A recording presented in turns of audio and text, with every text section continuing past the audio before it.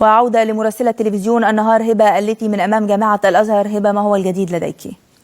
نعم سارة، في مداخلة سابقة كانت قوات الشرطة بالفعل دخلت الحرم الجامعي جامعة الأزهر لفض الاشتباكات والمظاهرات التي حدثت في الداخل من طلاب عناصر الإخوان.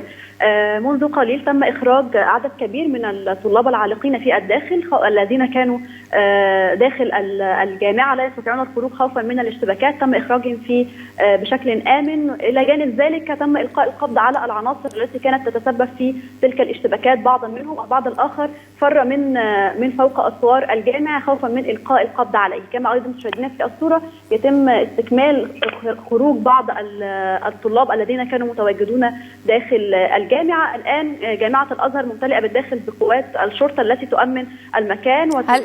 هل كانت يعني الاعتقالات التي شاهدناها منذ قليل في المشاهد التي عرضناها هل كانت للطلاب؟ نعم، هؤلاء طلاب من داخل الجامعة تم إلقاء القبض عليهم من داخل الجامعة وإخراجهم كما شاهدنا في الصورة وإيداعهم في مدرعة الشرطة. هبة الليثي مراسلة تلفزيون النهار من أمام جامعة الأزهر، شكرا لك.